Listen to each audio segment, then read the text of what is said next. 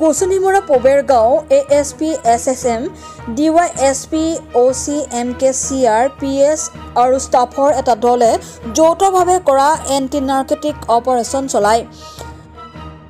আৰক্ষীৰ অপাৰেচনত 64 নং প্লাষ্টিকৰ চিচি 4টা চাবোনৰ কেছ প্ৰায় 25 গ্ৰাম হেৰইন সহ 68,000 নগদ ধন জব্দ কৰিবলৈ সক্ষম হয়। লগতে দুজন সৰ্বকাৰী গ্ৰেপ্তাৰ কৰা হয়। মেৰা এৰিয়াত ইনফৰমেশ্যন আছিলে যে ড্ৰাগছ পেডলিঙৰ মানে বিজনেছ চলি আছে তাতে আপোনাৰ ইলিগেলি বহুত দিনৰ পৰা চলাই আছে। তো সেই হিচাপে আমি এটা অপাৰেশ্যন লঞ্চ কৰিছিলোঁ।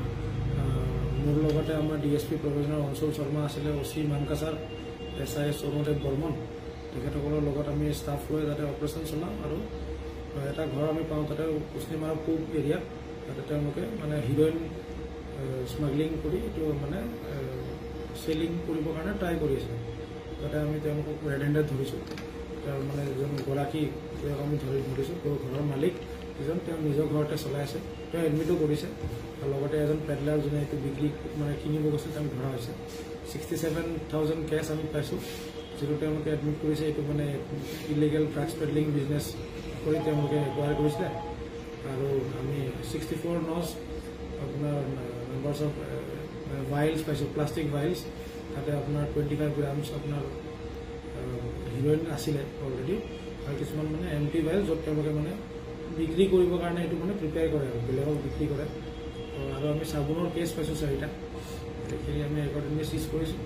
আৰু এতিয়া আমাৰ এটা FIR আমি লওঁ, আৰু বাকী ইনভেষ্টিগেশ্যনটো আমি ফৰৱাৰ্ড বেকৱাৰ্ড লিংকেজ আমাৰ কি আহে আমি সেইটো হিচাপে এইটো ইনভেষ্টিগেশ্যনটো আগবাঢ়িম। কেইজনক আটক কৰিছে? 2জনক আটক কৰিছোঁ। আচ্ছা স্যাৰ, দেখা গৈছে যে আৰক্ষী ধাৰাবাহিক অভিযান চলি আছে, কিন্তু তথাপিও জিলাখনত এই ড্ৰাগছ গাঁৱে ভূঞে এটা ব্যাপক প্ৰভাৱ পৰিছে, বিশেষকৈ যুৱ সমাজৰ মাজত। এই ক্ষেত্ৰত আৰক্ষী পৰিৱৰ্তিত সময়ত কেনেধৰণৰ ভূমিকা গ্ৰহণ কৰিব বিচাৰে, বিশেষকৈ মানকাছাৰত? না, আমি একচুৱেলি ষ্টাৰ্টিংটো এতিয়া যিখিনি পাই আছোঁ ইনফৰমেশ্যন এজ পাৰ ইনফৰমেশ্যন কৰি আছোঁ। বাকী পিছলৈকে আমি চ'ৰ্চ কাল্টিভেট কৰি কমাৰ্চিয়েল কোৱান্টিটিজৰ ওপৰতো আমি নিজৰ মানে অপাৰেশ্যন ষ্টাৰ্ট কৰিম। আমাৰ এইটো কাম চলি আছে। আৰু বাকী হ'ল এইটো এটা মানে কণ্টিনিউৱাছ প্ৰচেছ হয়, যিটো ড্ৰাগছৰ বিৰুদ্ধে আমাৰ এটা অভিযান, এইটো গভৰ্ণমেণ্ট অফ আছামৰ ফালৰ এটা ইনিচিয়েটিভ হয়। আমি মানে 3টা ছাইড থাকে, হাৰ্ম ৰিডাকশ্যন থাকে, ছাপ্লাই ৰিডাকশ্যন থাকে। তো আমি ছাপ্লাইৰ ছাইডটো আমি ট্ৰাই কৰি আছোঁ কৰিবৰ কাৰণে। বাকীখিনি পৰৱৰ্তী পৰ্যায়ত এৱাৰনেছৰ পৰা আদি কৰি হেল্থ ছাইডটো আমি চাব লাগিব। আমি এতিয়া মানে বৰ্তমান পুলিচ হিচাপে ছাপ্লাই ছাইডটো আমি প্ৰথম চেষ্টা কৰি আছোঁ, মানে যিখিনি পাৰোঁ ৰিডিউচ কৰিবৰ কাৰণে। যিহেতু বাংলাদেশ সীমান্তৱৰ্তী এলেকা হয়, বহু সময় দেখা যায় বাংলাদেশলৈ ড্ৰাগছ যায়। তো বৰ্তমান আমাৰ তাতে ইনফৰমেশ্যন তেনেকুৱা আমি পোৱা নাই, কিন্তু আমি কাল্টিভেট কৰি আছোঁ। আমি চেষ্টা কৰিম যিখিনি পাৰোঁ মানে ট্ৰাই কৰিম, যেনে যিটো ইণ্টাৰনেশ্যনেল যিটো চলি আছে এইটো আমি বন্ধ কৰিব পাৰিম। স্যাৰ, আপুনি যোগদান কৰাৰ পিছতে ড্ৰাগছৰ বিৰুদ্ধে ধাৰাবাহিক অভিযান কৰিছে, কিন্তু স্যাৰ জিলাখনত দেখা গৈছে যে তীৰ যোৱাৰ ৰমৰমীয়া বেয়া চলি আছে। এই ক্ষেত্ৰত আপুনি কেনেধৰণৰ ব্যৱস্থা গ্ৰহণ কৰিব বিচাৰে? সেইটো আমি আপুনি ইনফৰমেশ্যন দিয়ক, আমি মানকাছাৰৰ পৰা মনিৰ ইছলামৰ ৰিপৰ্ট, অপৰূপা টিভি।